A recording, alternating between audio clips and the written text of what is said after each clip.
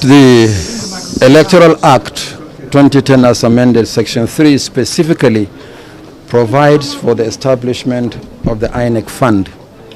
And it is for a reason. The Commission cannot be independent unless it is financially independent. Secondly, there are some activities that happen that are time-bound or bound by some specific provisions of the Constitution that the Commission has to undertake. And so the fund was established to allow the Commission to discharge those responsibilities. It was established in 2010. The last Commission under Professor Atari Jega saved the money. There was no cost to spend from it. And for the last 5 years, this Commission actually did not spend from it.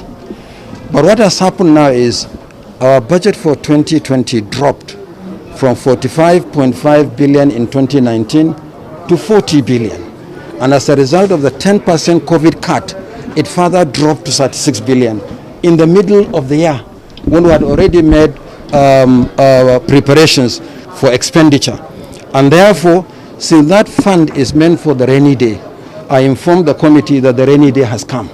So we are taking part of the fund so that we can balance our budgets for this year. So tell me more about the plans for voter registration and whether those in diaspora will be involved.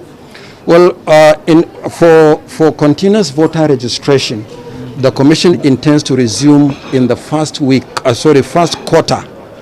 The Commission intends to resume voter registration in the first quarter of next year. And once we resume, it will be continuous for 1.5 years, at least until 6 months to the next general election. So in other words, we're not going to resume the CVR for a week or two or for a month or two, but we're working out the details. Okay. On diaspora voting, you are preaching to the converted. The Commission is desirous of giving Nigerians living abroad the right to vote. After all our neighboring countries do so, but it requires amendments to the Constitution and the Electoral Act for that to happen. And we have already worked out the documents. Once the law is amended today, we can roll out. It has two dimensions. There is what is called the out-of-country voting, OCV, which is for Nigerians serving outside Nigeria, like members of the diplomatic corps, like the technical aid corps, or Nigerian service personnel, army and the police, serving in foreign missions abroad. Then you have the other dimension, which is I think what we are talking about, that is voting by Nigerians in the diaspora, meaning Nigerians permanently resident outside the country. We are ready. In fact, we had several meetings with the Diaspora Commission led by Ms. Abikeda Biri. So we are ready, but we can't go beyond outside what the law provides. This committee of Nigerians that are usually always disenfranchised, not by their own will. One of them are journalists in this country. During election times, we are not always around to do our voting, but in our places of work, and also those in the military services. It's not just those in the armed services. You are right.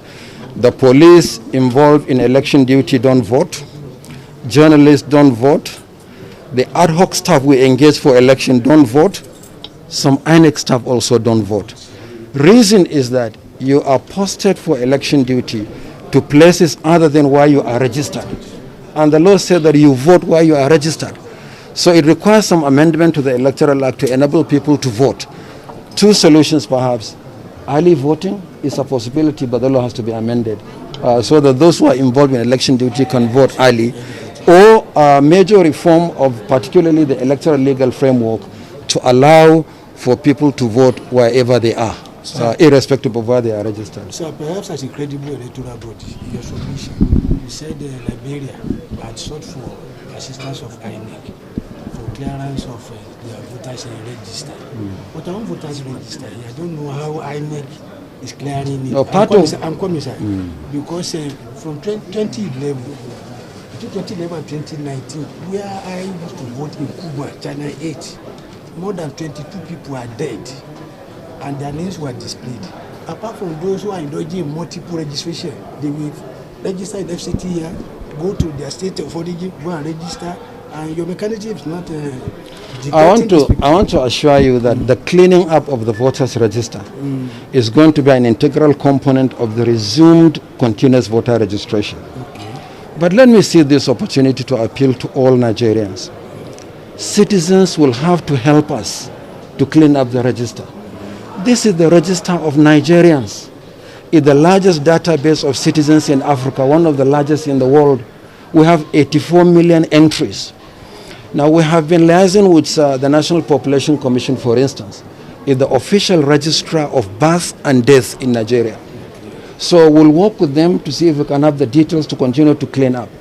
But recall that before the 2019 general election, we displayed the register in each of the 8,809 wards across the country and appeal to Nigerians to help us identify deceased persons so that we can remove them from the register. The number we got was really very small. So if you know that there are 20 people in your locality, kindly make the details available to us. We will then confirm and null them from the register. So it's a responsibility for all of us as citizens. Don't see the voters register as INEC. It's our voters register as Nigerians, and we should continue to do what is necessary to clean it up. What is the amount we paid for legal fees? I mean, I just said that sometimes you do as much as pre-elections, No, but what do?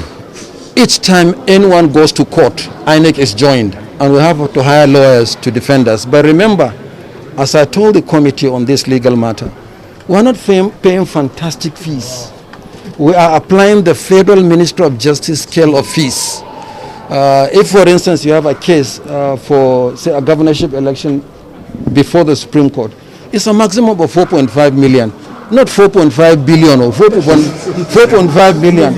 But because of the number of cases, almost getting to 1,700 pre-election and post-election cases from 2019 alone. And every day, you hear people going to court and joining INEC. Either it's for continuous voter registration, nomination of candidates, conduct of elections. Every day we are dragged to court. But we'll continue to do what we can within available resources. Gentlemen.